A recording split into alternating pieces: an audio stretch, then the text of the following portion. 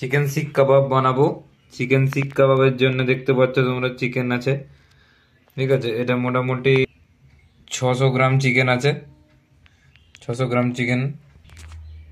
পেঁয়াজ আছে, কাঁচা লঙ্কা আছে, ক্যাপসিকাম আছে, রসুন আছে, শুকনো লঙ্কা আছে, গোটা গরম মশলা আছে, হালকা চিনে বাদামও আছে, বাদাম দিলে বেশ ভালো লাগে। আর সাথে আছে ধনে পাতা।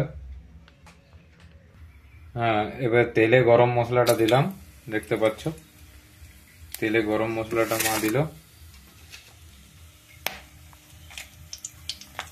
শুকনো লঙ্কা, এরপর কি দেবে? দুটো শুকনো লঙ্কা দিলাম।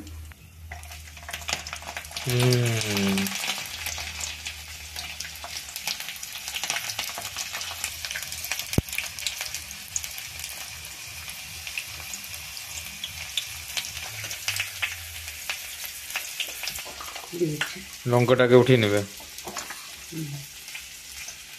রসুনটা উঠিয়ে নেবো, উঠিয়ে নাও।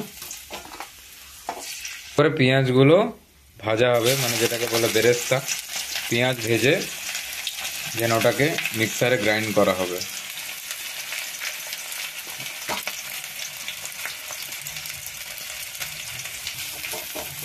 পেঁয়াজটা ভাজছে তোমরা দেখতে পাচ্ছ, লাইট ব্রাউন কালারের হবে। একটু তেল দেবে না?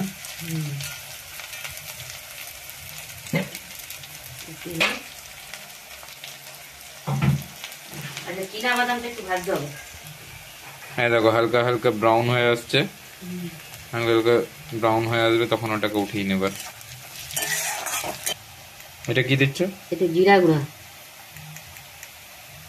জিরা গুঁড়া দিলাম। এটা একটু লঙ্কা গুঁড়া দিলাম, হলুদ গুঁড়া দিলাম,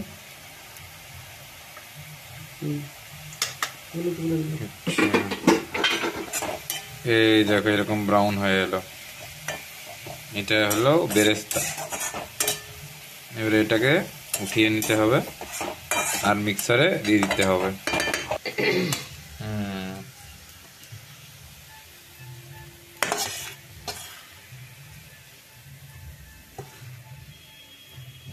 মিক্সারে নিয়ে নিলে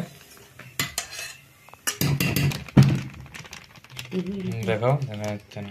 কাশ্মীরি লঙ্কা গুঁড়া, এটা গোলমরিচ গুঁড়া, গোলমরিচ গুঁড়াটা একটু দাও, বাস। কাঁচা লঙ্কা, কাঁচা লঙ্কা, এটা শুকনা লঙ্কা, এটা রসুন, রসুন, রসুন আদা একসঙ্গে, আদা রসুন একসাথে দিয়ে দেবে। আদা রসুন একসঙ্গে দিয়ে দিলাম। গরম মশলা সব একসঙ্গে দিয়ে দিছি। বাদাম, তারপরে ম্যারিনেট হবে।